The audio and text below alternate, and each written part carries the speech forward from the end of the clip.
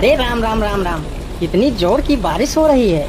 2 दिनों से यह बारिश तो रुकने का नाम ही नहीं ले रही है।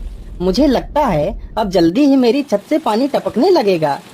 तभी उधर से एक शेर बारिश से परेशान होकर छिपने की जगह ढूंढते ढूंढते उसी किसान की झोपड़ी के पीछे बने तबेले में घुस जाता है, जिस तबेले में उस किसान के कुछ गधे बंधे हुए थे। अंधेरा ज्यादा होने के कारण शेर गधों को देख नहीं पाता है और उन्हीं के बीच जाकर खड़ा हो जाता है।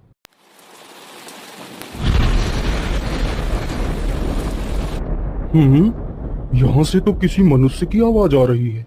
चलो चुपचाप बैठा रहता हूँ, जैसे ही यह आदमी मेरे करीब आएगा मैं इसे खा लूंगा। हाय हाय हाय, यह बारिश कब रुकेगी? ऊपर से यह टपका भी आ गया। अब मैं क्या करूं? इस टपके से कैसे बचूं? इतना तो डर मुझे शेर और बाघ से भी नहीं लगता है जितना डर मुझे इस टपके से लगता है। अरे यह टपका कौन है? मुझे लगता है यह टपका तो मुझसे भी ज्यादा खतरनाक है। अभी तो यह आदमी शेर और बाघ से ज्यादा इस टपके से डर रहा है। चलो जल्दी से मैं यहाँ से निकल लेता हूँ, नहीं तो कहीं टपका ने मुझे देख लिया तो मेरी खैर नहीं है।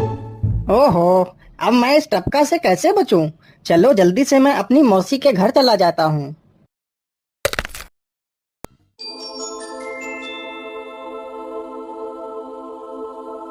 अरे चल चल गधे की औलाद, यहाँ पर छिपा हुआ बैठा है।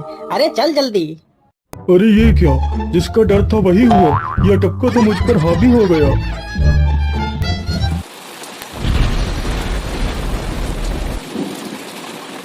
कैसे बचूं, कैसे बचूं? इस टपका से मैं कैसे बचूं? हे भगवान मेरी सहायता करो, मुझे इस टपका से बचाओ। मैं आज के बाद किसी प्राणी को नहीं मारूंगा। मैं मांसाहार छोड़ के शाकाहारी बन जाऊंगा। भगवान मेरी रक्षा करो। शेर को दौड़ते दौड़ते रात से सुबह हो जाती है।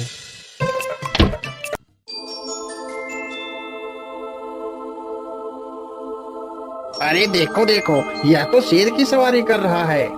अरे हाँ, सच में ये तो शेर की सवारी कर रहा है। इसे तो डर भी नहीं लगता है। अरे उधर तो देखो जरा, यह आदमी कितना बहादुर है। यह आदमी शेर की सवारी कर रहा है।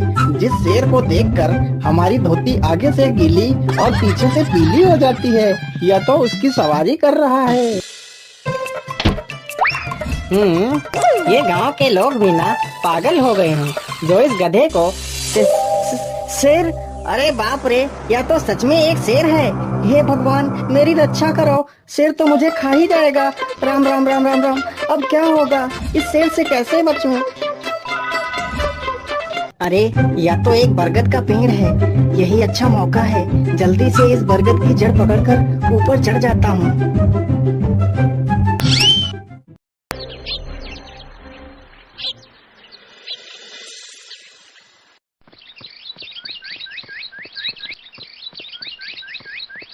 अरे शेर भैया, तुम इतनी जोर जोर से भागते हुए कहाँ जा रहे हो?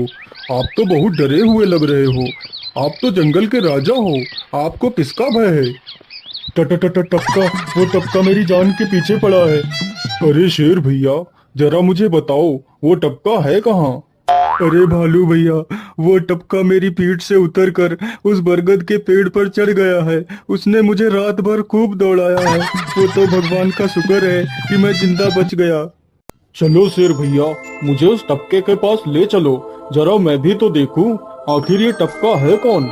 अरे नहीं भालू भाई, बड़ी मुश्किल से तो मेरी जान बची है। मैं अपनी जान फिर जोखिम में नहीं डालूंगा। तुम्हें जाना है तो जाओ। अच्छा ठीक है शेर भाई, तुम यहीं रुको, मैं अभी बरगद के पेड़ पर देखकर आता हूँ आखिर यह टपका है कौन। जाओ जाओ बच्चों, जब वो टपका तुम्हारे ऊपर हावी होगा तो पता चलेगा। अरे कहाँ है यह टपका जिसने राजा जी की हवा टाइट कर दी? चलो इस पेड़ पर चढ़कर देखता हूँ। अरे बाप रे बाप, शेर क्या अकेला कम था, जो ये भालू भी आ गया। मुझे लगता है कि आज मेरी मौत निश्चित है। भालू पेड़ पर उल्टा होकर चढ़ने लगता है। तभी किसान और तेज से कांपने लगता है। कांपने की वजह से किसान के हाथ से छड़ी छूट जाती है और उल्टा होकर चढ़ रहे भालू के पिछवाड़े पर जा लगती है। भालू धड़ाम से जमीन पर गिरता है।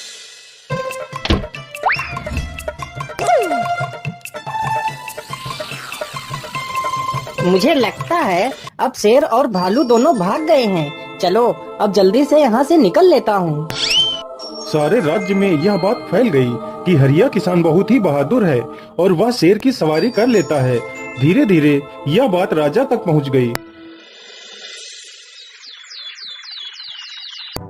महाराज, क्यों न हम पड़ोस के गांव से हरिया किसान को बुलवा लेते हैं। वह बहुत ही बहादुर है। उसके बहादुरी के चर्चे तो पूरे राज्य में हैं। मुझे पूरा विश्वास है वह इस काम को जरूर कर सकता है। वह इस दुष्ट शेर को जरूर पकड़ लेगा। सैनिकों, हरिया किसान को आदर पूर्वक हमारे दरबार में पेश किया जाए। महाराज, आपने हमें याद किया। बताइए क्या बात है। मालिक, हमसे कोई भूल हो गई क्या मालिक? नहीं नहीं हरिया, तुमसे कोई गलती नहीं हुई है। यह कुछ लोग पड़ोस के गांव से आए हैं। इनका कहना है कि इनके गांव में कोई दुष्ट शेर आ गया है जो इनके पशुओं को उठाकर ले जाता है और उन्हें मारकर खा जाता है। हमने तुम्हारी बहादुरी के बहुत सारे किस्से सुने हैं। तुम बहुत ही बहादुर हो, इसलिए मैं तुम्हें उस शेर को पकड़ने की ये जिम्मेदारी सौंपता हूँ। अरे बाप रे बाप, उस बार तो मैं शेर के हाथों बच गया था, लेकिन इस बार मैं नहीं बचूंगा। अगर मैंने महाराज को सच सच बता दिया तो झूठ बोलने के जुर्म में मुझे फांसी पर ही चढ़ा देंगे। अरे हरिया, तुम मन ही मन क्या बड़बड़ा रहे हो? कुछ नहीं महाराज, कुछ नहीं। मैं सोच रहा था कि मैं शेर को कैसे पकड़ूं। ये लो हरिया, कुछ स्वर्ण मुद्राएं रख लो, ये तुम्हारे काम आएंगी। क्या करूं, कैसे पकड़ूं उस शेर को? ये महाराज ने भी मुझे कैसी दुविधा में डाल दिया है। क्या करूं, क्या करूं? हाँ, मिल गया।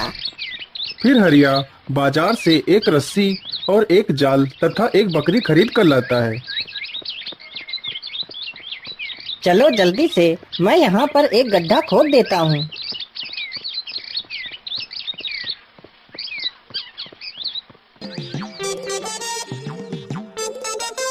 गड्ढा तो खोद दिया। चलो अब जल्दी से इस बकरी को रस्सी से बांध देता हूँ। हरिया ने बकरी को रस्सी से बांधकर गड्ढे में खड़ा कर दिया और जाल को लेकर पेड़ की डाल पर बैठ जाता है। थोड़ी ही देर बाद जब बकरी को भूख लगती है तो वह चिल्लाने लगती है। अरे, यह तो बकरी के चिल्लाने की आवाज है, लेकिन यह आवाज आ कहां से रही है? आसपास तो कोई नहीं दिख रहा है। मुझे लगता है यह आवाज उस पेड़ के पास से आ रही है। चलो चलकर देखता हूँ।